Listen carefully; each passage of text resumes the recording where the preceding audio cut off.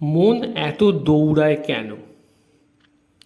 শ্রীকৃষ্ণের শিক্ষা অনুযায়ী এর একটি বড় কারণ হলো মন সবসময় সুখ খুঁজছে, কিন্তু সে ভুল জায়গায় গিয়ে সুখ খুঁজছে। সে মনে করে আরও টাকা পেলে সুখ পাবো, আরও সম্মান পেলে সুখ পাবো, আরও সাফল্য পেলে সুখ পাবো, আরও প্রশংসা পেলে সুখ পাবো।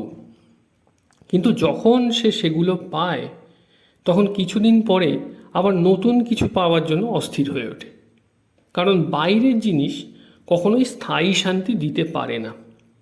স্থায়ী শান্তি আসে ভিতর থেকে, যে শান্তি কোনো পরিস্থিতির উপর নির্ভর করে না, যে শান্তি সাফল্য বা ব্যর্থতার উপর নির্ভর করে না, যে শান্তি মানুষের প্রশংসা বা সমালোচনার উপর নির্ভর করে না।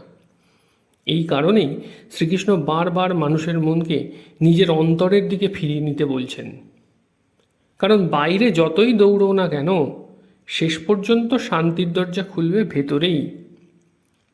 একটি গভীর বিষয় বুঝে নাও, তোমার মন যা চিন্তা করে তুমি তা নও। এটি গীতার অন্যতম শক্তিশালী শিক্ষা।